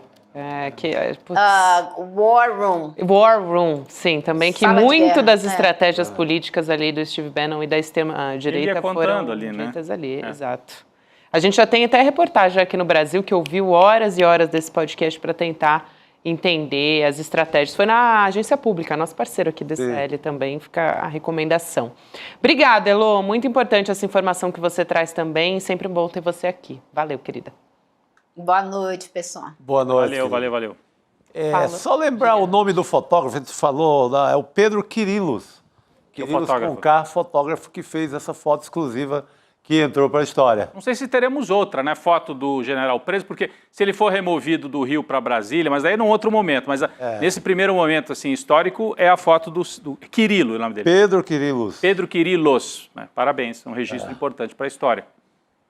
Isso aí, gente, vamos seguir falando também aqui, já que a gente estava falando sobre Donald Trump, eleições, vamos dar uma olhada em eleições, aí, bolsonarismo, extrema-direita, vamos dar uma olhada também em expectativas para as eleições aqui no Brasil, porque, falando em estratégia, olha, hoje a gente está falando muito de estratégia política da extrema-direita, viu? E eu acho que essa história também é mais uma dentro desse balaio todo. O governador de São Paulo, Tarcísio de Freitas, dizendo que não vai disputar a presidência para concorrer à reeleição em São Paulo. Eu duvido, tá? Aqui, eu vou falar baixinho aqui só para vocês ouvirem. Você duvida? Eu duvido. Bom, bom, Chico, fala você tinha uma avaliação. Eu acho que ele foi muito esperto. Ele começou a ficar, ele foi eleito pela mídia, pelo empresariado, principalmente aqui de São Paulo, como o candidato da direita, diante de um Bolsonaro inelegível, diante de um Bolsonaro que é um pouco sujeira para o empresariado hoje em dia, não pega mais bem estar aliado ao Bolsonaro. Então, o Tarcísio ele é escolhido, ele é eleito, ele ali tem a água benta da Fiesp, do dinheiro de São Paulo, da Folha, Estadão, Jovem Pan, Bandeirantes, da grande mídia, da mídia paulista, hereditária, antiga, tradicional de São Paulo. E começou a virar muito alvo, de certa forma. O candidato, esse é o adversário do Lula. Então, qualquer ato dos policiais começou a pegar para o Tarcísio, qualquer violência da polícia, qualquer ato de governo passou a ser colado, a imagem do Tarcísio começa a se desgastar, que as pesquisas, inclusive, mostram isso em relação à segurança. Ele, eu vou sair dessa condição. Sair do foco. Ajuda, além de sair do foco, sai um pouco do foco, e ainda ajuda na ginástica dele de se equilibrar com os bolsonaristas, de não agredir o bolsonarismo, porque no imaginário do bolsonarismo ainda há um candidato, que é o Flávio Bolsonaro, o Eduardo Bolsonaro, numa estratégia de acreditar no milagre que o Bolsonaro mais na frente possa assumir essa candidatura. Então, resolve para o Tarcísio tudo isso. Ele elogia o Bolsonaro agora, vou lutar pelo Bolsonaro, sai bem com a maior parte do eleitorado dele que ainda gosta do Bolsonaro e tenta sair um pouco do foco. Não sou candidato, vou tentar em São Paulo mesmo, me deixa em paz. Agora, Chico, eu acho que de fato, Gabi, esse é o plano A, não só do Tarcísio, quanto também do Kassab, do Gilberto Kassab. O que é o ideal para o Kassab? Tarcísio fica mais 4 anos, tem uma reeleição praticamente certa em 2026 para governador de São Paulo. É dificílimo bater o Tarcísio na eleição para governador. O Kassab dizem que é ser o vice do Tarcísio na chapa para governador. Por quê? Porque daí em 2030, quando o Tarcísio... Falta combinar com os russos, com os coreanos, com os japoneses, com todo mundo. Mas se o Tarcísio for candidato em 2030, o Kassab herdaria o governo de São Paulo sem precisar se expor a uma eleição, como ele já fez na prefeitura, quando herdou do Serra. Então essa é a estratégia do Kassab. Fica o Tarcísio, 2026 concorre em São Paulo, e aí em 2030 o Tarcísio sai para tentar a presidência. E, ao mesmo tempo, permite ao Kassab fazer uma aliança com o Lula nacionalmente. Hoje tem uma matéria, eu vi, do Guilherme Amado, na coluna nova dele, no site Platô, em que ele diz exatamente isso, como o Lula cogita, o pessoal do Lula, uma aliança, Gabi, dessa vez em 2026, que tem a esquerda, a turma que já esteve com ele, e mais PSD e MDB já no primeiro turno, o que seria diferente de 22, quando o MDB lançou candidato, por exemplo. Então, isso significa o Kassab manter os ministros que tem no governo Lula, mantém todo o poder, mantém toda a influência até 2026, tranquilo. Isso, e daí ele fica com um pé em cada canoa. Ele fica com metade do governo de São Paulo e alguns ministérios no governo federal. Então, pro Kassab, isso encaixa melhor. Mas, claro, se o Lula não for candidato, se houver algum problema, aí muda o jogo. Aí o Tarcísio fala, bom, aí agora eu revi tudo e agora você. Mas, por enquanto, é o plano A, essa aí é governador, eu acho. Só para trazer a fala do Tarcísio, e, claro, lembrando que nesse momento da declaração do Tarcísio, ele está vivendo uma crise muito grande na segurança pública por conta da violência, né, em São Paulo, principalmente, aliado ao secretário de segurança dele, o Guilherme Derrite. Ele disse o seguinte, qual é a minha opção? Qual é o meu caminho em 2026? É continuar em São Paulo. Eu sou muito fiel àqueles que me elegeram. Eu tive um grande apreço da população de São Paulo que me acolheu. Foi o que disse o Tarcísio. E na semana passada saiu aquela pesquisa também da GenealQuest, que mostrou, né, tanto Lula quanto Haddad ganhariam de candidatos da extrema-direita, inclusive do próprio Tarcísio, né, Rodrigo e Chico. E também... Só para trazer também mais uma fala aqui do Tarcísio, só que dessa vez no X de uma outra história, o Tarcísio diz o seguinte, talvez digam por aí que é inteligência artificial, mas a verdade é que sou eu levando o Elon Musk para dar uma volta no centro da capital e mostrar onde vai ficar a nova sede do governo do estado por lá. O Elon por aqui? Talvez não, mas o novo centro administrativo do governo de São Paulo vai sim se tornar realidade. E aí ele posta essa imagem. Ou seja, ele está brincando com mentira e verdade, né? Porque ele deixa na dúvida se o Elon Musk... tem aquele meme, né? De, vão dizer por aí que é inteligência artificial. E quando é claramente uma montagem, ele está fazendo uma... Ele usa a imagem do Elon Musk ali, né?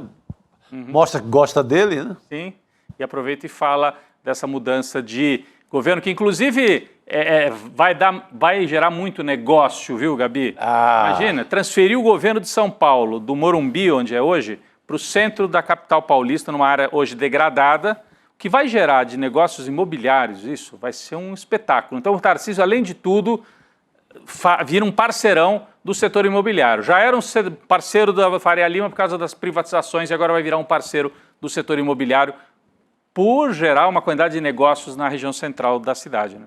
Vão passar por cima de tudo aquilo, aqueles hotelzinhos, tudo, que já foram muito atacados para largar a área vem de muito tempo.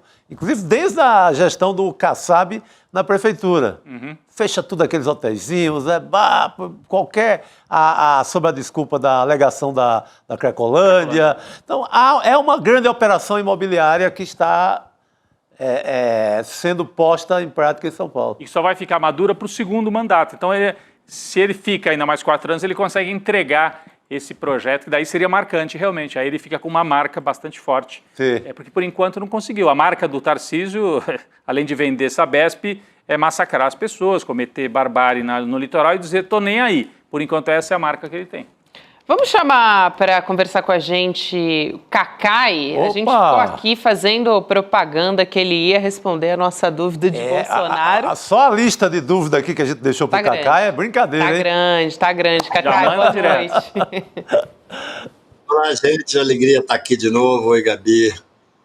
Alegria te receber, Cacai. Eu já vou direto ao ponto aqui, porque muita gente... questionando, né, essa tese da obstrução de investigações do Bolsonaro. Então já vou trazer aqui diretamente para você poder explicar por que na verdade, é uma falácia, né? O que não faz sentido essa tese do Bolsonaro, dizendo que o inquérito foi concluído, então, na verdade, nunca vi isso, né? Diz o Bolsonaro. Como é que poderia... A tese dele é a seguinte, como é que está obstruindo o inquérito se o inquérito já acabou? É isso que ele diz, Cacai. Faz sentido isso que ele está falando?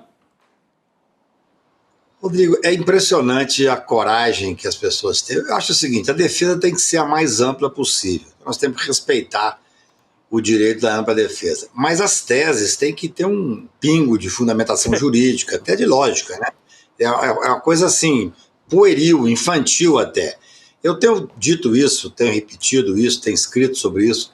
Essa investigação, falei aqui mais de uma vez, era necessário que ela tivesse um relatório para dar um recorte específico de autoria e materialidade, para poder ter uma denúncia específica. O relatório foi bem feito, com 37 indiciados. Depois disso, nós tivemos mais 3 indiciados. E é óbvio que essa investigação continua, inclusive quanto aos financiadores. Agora tem essa questão específica de que parte do agronegócio estaria financiando. Então, é de uma infantilidade enorme essa tese. Eu até escrevi um artigo que vai sair essa semana, dizendo, calma, não acabou a investigação, não. Fiquem tranquilos, a investigação vai continuar. Porque enquanto tiver que ser feita investigação para contextualizar toda a hipótese de uma tentativa de golpe... Gente, não é um crime de assassinato de uma pessoa, que você vai lá, faz o relatório, aponta a autoria, a materialidade está comprovada e aí acaba a investigação. Não, nós estamos tratando da tentativa de golpe de Estado. É óbvio que essa investigação está continuando, tem que continuar. E o que as pessoas precisam entender é que... Por que o general Braga Neto foi preso e Bolsonaro não foi preso? Porque o general Braga Neto está sendo acusado de tentar obstruir a justiça. Veja bem, a Polícia Federal descobriu uma série de questões que levam a entender que houve uma tentativa de obstrução de justiça, que é um crime. Qualquer advogado de primeiro ano de direito criminal sempre fala para o cliente, olha, o que você não pode fazer durante a investigação é tentar obstruir a justiça, porque senão a prisão está posta. Se você não fizer isso, você poderá ser preso após o processo, após a condenação, após o trânsito em julgado. Então, Bolsonaro, até onde se sabe, não está envolvido na obstrução de justiça. Por isso é que a prisão se deu em relação ao general Braga Neto. Então, é muito interessante você ler o que o Procurador-Geral da República afirma. O Procurador da República foi quem... A polícia pediu a prisão e vai ao Ministério Público. O Ministério Público concordou com o pedido de prisão. Quer dizer, eu diria que é um caso clássico de obstrução de justiça. Polícia apura, o Ministério Público concorda e o ministro Supremo determina a prisão. É claro que não terminou a investigação.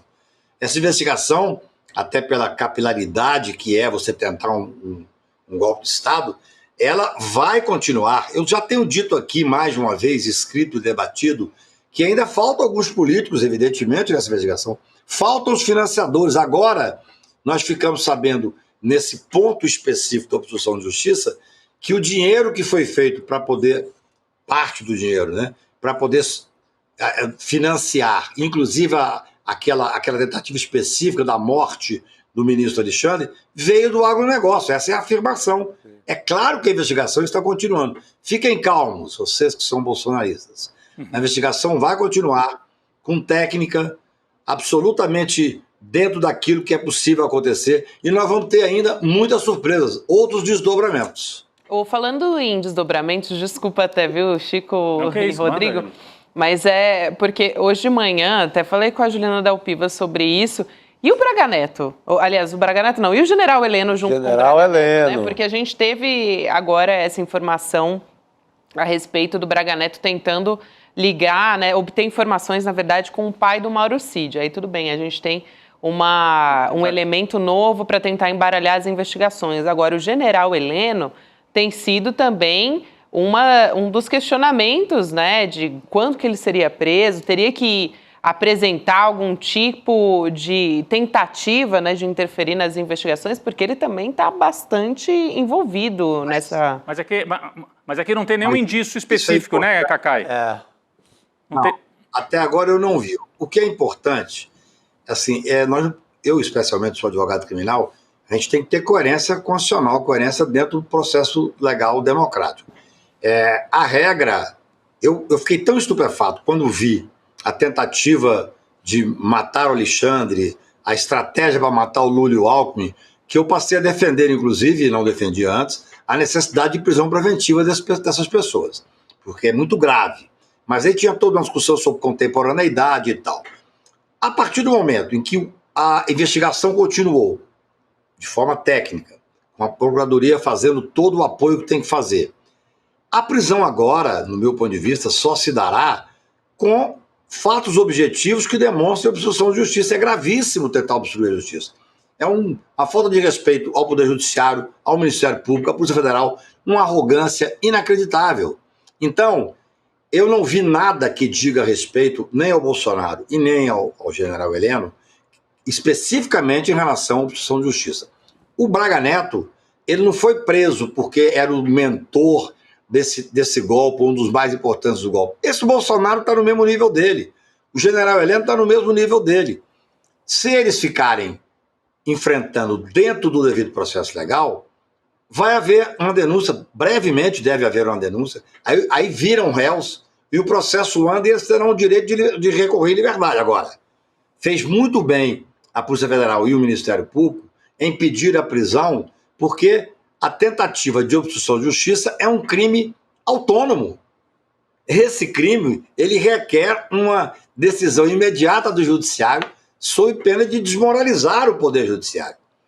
Então, assim, o general Heleno, esse outro general que está preso, o Mário, o Bolsonaro e tantos outros, eles terão direito a fazer uma plena defesa. Plena defesa. E talvez Heleno e Bolsonaro respondam em liberdade até o final, salvo se surgir algo novo em relação a eles. A opção de justiça é em relação específica a quem estava, ao que tudo indica, eu li, evidentemente, as peças, tanto do Ministério Público como da Polícia Federal, estava efetivamente querendo interferir na investigação. Uhum. É preciso saber que isso é um recorte, não é uma coisa que vai pegar o general Heleno e tal. O que nós temos agora que esperar, a gente conversa muito, eu especialmente recebo muito telefonema, converso muito, existe, inclusive, uma séria, eu diria, intenção, ao que dizem, de pessoas desse alto escalão fazer uma nova delação. Mas o Braga Neto, mas não o Braga Neto, né, o Cacá, você acredita que o Braga Neto... Não. General Mário, sabe o que eu acho, Rodrigo? Eu vou ser sincero. Esse episódio civil, até conversei com alguns militares e tal, esse episódio civil, no meu ponto de vista, foi bom para as Forças Armadas. Porque demonstrou o quê? Você prendeu um general 4 estrelas no Brasil. Nunca tinha acontecido isso. Quem determinou a prisão foi um tribunal civil, Supremo Tribunal Federal. Não houve nenhum movimento contrário. Não. Nenhum movimento. Nem dentro das Forças Armadas. Isso significa estabilidade democrática. Uhum. Isso significa que as instituições estão fortalecidas. Isso é bom para as Forças Armadas. Porque, evidentemente, eu conversei hoje com uma pessoa, evidentemente não posso dizer quem, mas das Forças Armadas, e uma pessoa de alto gabarito, me dizendo assim, que quando o Braga Neto se insurgiu contra a família, inclusive, do comandante do Exército, que isso causou um extremo mal-estar dentro das Forças Armadas. Sim. Gente, nós não podemos achar que todo mundo das Forças Armadas tem esse mesmo nível de postura. Não. Tanto é que o comandante do Exército, ao ser instigado pela 3ª vez, segundo disse o chefe da Marinha, pelo Bolsonaro, disse, se o senhor continuar nessa linha, eu serei obrigado a prendê-lo. Isso é de uma gravidade incrível, dá um filme, gente. É o Freire, né? O general Freire, né? Freire Gomes. General Freire, a quem a história irá prestar as homenagens, eu não tenho dúvida disso. Então, eu tenho defendido em debates e com conversas com pessoas, especialmente das Forças Armadas, que isso foi muito bom para as Forças Armadas. Isso demonstra que a Constituição é o norte para a grande maioria das pessoas que estão na cúpula das Forças Armadas. Ô, Cacá, deixa eu te perguntar uma coisa, antes da gente ir para um próximo tema super importante, que é o Flávio Dino voltando às questões da ditadura, etc, etc. Mas em relação à denúncia contra Braga Neto, Bolsonaro, a gente tem 40 indiciados por enquanto, pode subir essa lista, a Gabi sempre lembra aqui. Você já conseguiu saber aí nas suas conversas, nas suas andanças pelos tribunais em Brasília, eles vão fatiar a denúncia, a Procuradoria? Vai oferecer a denúncia para o núcleo político aí, Bolsonaro, Braga Neto, Heleno e mais 2 ou 3? Porque se forem 40 de uma vez, a instrução disso dura uns 2 anos, pelo menos, não é? Então teria, para conseguir avançar mais rápido, vai ser fatiado essa denúncia e esse julgamento? Vai ser fatiado? Eu não tenho essa informação. Eu tenho conversado com pessoas que estão trabalhando um pouco nisso aí. Nós temos a experiência do mensalão, né? Sim. No mensalão foram exatamente 40 pessoas, no primeiro momento, denunciados, e foi um processo que se arrastou, mas por contingências diferentes. Eu acho que a investigação deste caso, eu já tenho dito isso para o Chico, inclusive uma vez aqui, a investigação desse caso, ela está tecnicamente tão posta, tão bem posta, tão costurada, que a denúncia pode vir seca, mesmo que não faça esse desmembramento. Para o advogado, não desmembrar é bom, porque o advogado tem que usar todos os recursos possíveis para fazer a defesa, e um deles, inclusive, é acompanhar uma denúncia. Você imagina, cada fato imputado, você tem 8 testemunhas. Cada réu, são 40 réus, vão ser imputados a eles 3, 4 fatos. Por 8 testemunhas por cada fato, você tem uma infinidade de testemunhas a serem ouvidas. A prova técnica, Rodrigo, ela não é difícil nesse caso, ela está posta. O que o Supremo mudou na época da Lava Jato, do mensalão, é que começou a deferir a oitiva de testemunhas para juízes instrutores, ou mesmo para juízes das comarcas distintas. Então, por exemplo, eu me lembro que eu era advogado do Duda Mendonça, que felizmente foi absolvido no caso do mensalão, um dos poucos absolvidos, e o ministro Joaquim, que era o relator, determinou que os juízes dos estados ouvissem em 30 dias. Então, assim, se fosse ouvir todo mundo do Supremo pelo relator, demoraria 2 anos, 3 anos. Mas você pode ter 400 testemunhas, que o Supremo Tribunal tem estrutura hoje, essa é a jurisprudência, de determinar que todas essas testemunhas vão para as origens específicas dos estados que estão sendo chamados, e você ouve isso tranquilamente em 30 dias. 40 dias no máximo para ouvir, entendeu? Depende da forma como for levado. Hoje o Supremo mudou, porque senão, gente, o Supremo fazer uma ação como essa do Supremo Tribunal Federal é um esforço hercúleo, não deveria, na verdade, ser a regra. De novo, o Brasil vendo o Supremo Tribunal julgando um caso com 40 pessoas, um caso criminal. Mas a estrutura que se faz hoje é possível ter muita agilidade. Esse caso, para mim, Rodrigo, não existe uma prova técnica maior para ser feita. Nós sabemos que houve uma tentativa de golpe, o Supremo já julgou, o Supremo já condenou 300 pessoas exatamente por esses crimes, exatamente no mesmo, eu diria, no mesmo contexto. Agora, tem que dar plena defesa? Óbvio. Tem que ouvir, cada um tem direito a 8 testemunhas para cada fato? Tem. Só que isso, o ministro relator manda, as testemunhas de Brasília, 2 varas vão ouvir as testemunhas de Brasília com prioridade, quero que seja ouvido em 30 dias. É ouvido em 30 dias. Resolve. Claro, você vai ter alguém que não pode comparecer, você tem sempre uma coisa ou outra que faz parte do jogo da defesa, e eu respeito muitíssimo. Mas não tem por que demorar. O processo está maduro, a investigação é tecnicamente perfeita. Esse é um caso que não vai ter que ter perícia, não vai ter que ter maiores discussões. A discussão é o seguinte: provou ou não provou que o cidadão tal participou? Porque o crime está posto. É isso. Tem 300 pessoas condenadas. Então, assim, a materialidade está absolutamente comprovada. Aí é autoria. Aí você vai ter o cidadão lá que diz, eu não conheço Bolsonaro. Aí o Bolsonaro diz, eu não. É o Braga Neto. Aí o Braga Neto diz, eu não. É o Cid, entendeu? Aí, meu amigo, aí a questão é só de definição de autoria. E, evidentemente, depois a colocação da pena. Eu queria também trazer posso trazer aqui claro, Gabi, uma declaração do Flávio Dino aqui, ministro que propôs para os colegas do Supremo Tribunal Federal. O Cacá já deve ter visto essa história, né, do crime de ocultação de cadáver, que não seja alcançado pela lei da anistia de 1979. É interessante porque essa proposta ela foi feita numa manifestação, num caso sobre o desaparecimento dos militantes na guerrilha do Araguaia. E aí o Dino aproveitou para citar o filme Ainda Estou Aqui, que tem gerado uma grande comoção, tá? Indicado aí em 2 categorias ao Globo de Ouro, então tá chegando em muita gente, né? E aí ele cita o filme na decisão, ele diz o seguinte, eu vou abrir aspas para o Flávio Dino, se a gente puder colocar aqui na tela. No momento presente, o filme Ainda Estou Aqui, derivado do livro de Marcelo Rubens Paiva, estrelado pela Fernanda Torres, a Eunice, tem comovido milhões de brasileiros e estrangeiros. A história do desaparecimento de Rubens Paiva, cujo corpo jamais foi encontrado e sepultado, sublinha a dor imprescritível de milhares de pais, mães, irmãos, filhos, sobrinhos, netos que nunca tiveram atendidos os seus direitos quanto aos familiares desaparecidos. Nunca puderam velá-los e sepultá-los, apesar de buscas obstinadas como a de Zuzu Angel à procura do seu filho. Aí os demais ministros eles vão se manifestar ainda, né, Cacá, em plenário virtual para decidir se o entendimento do Flávio Dino para todos poderia, né, se estender para todos os outros casos relacionados. Mas queria saber o que você achou dessa proposta do Flávio Dino.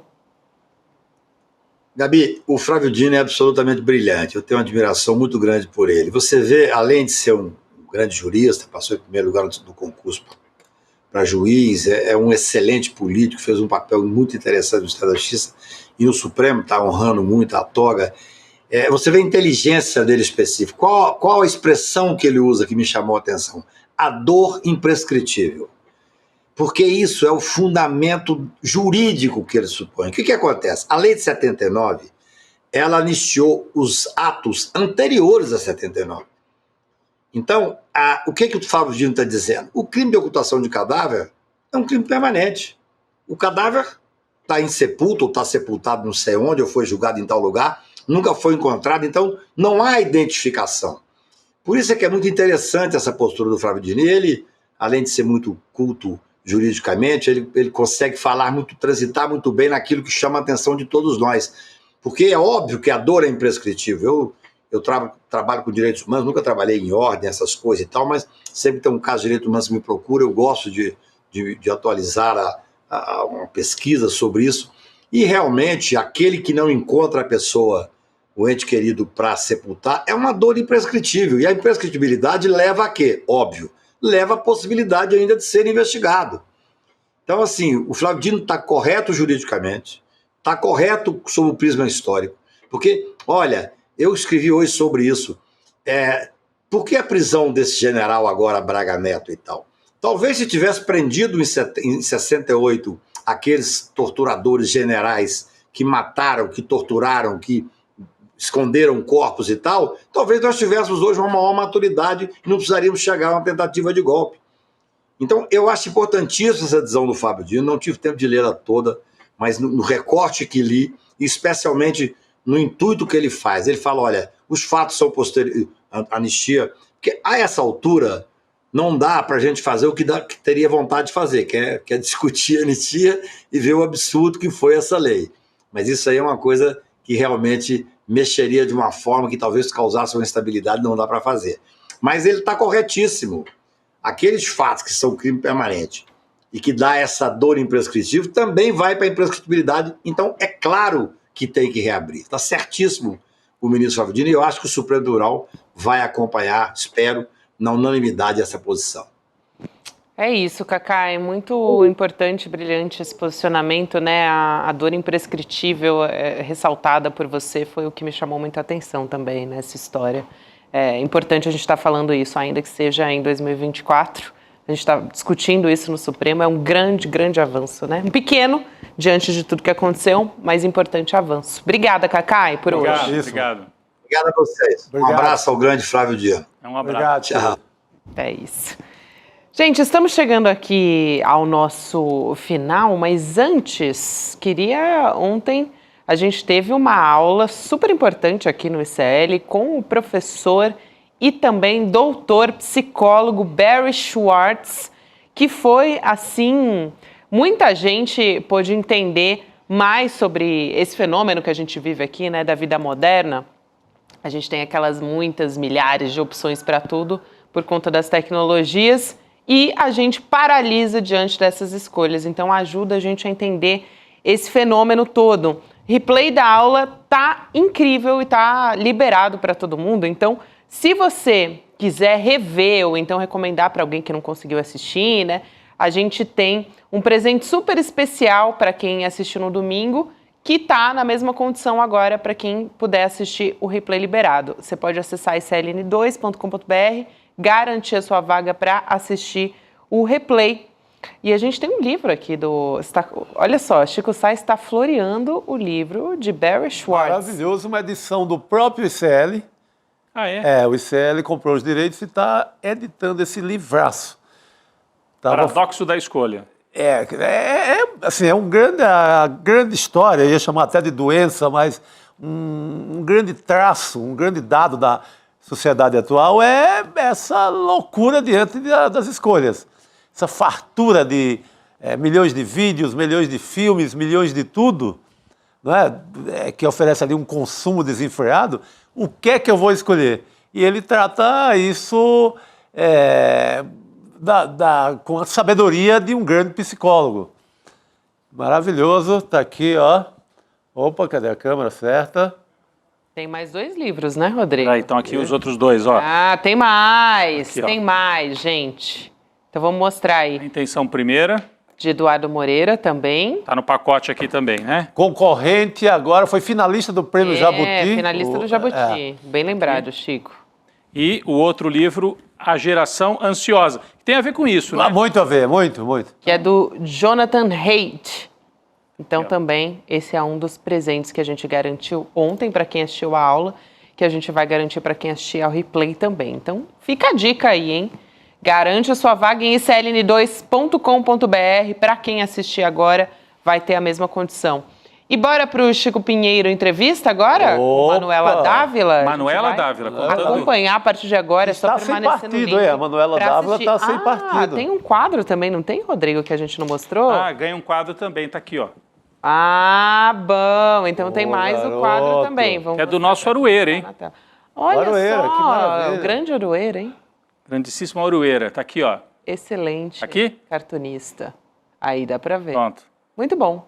Tá? Então tem um quadro do Aroeira também entre os nossos presentes. Agora sim, hein? Toda hora a gente aparece com um presente novo. Agora realmente são esses os presentes que a gente vai garantir para quem assistir ao replay. Aroeira, que é amicíssimo do Chico Pinheiro. Conheci o Aroeira quando eu estava num Convescote justamente com o Chico Pinheiro.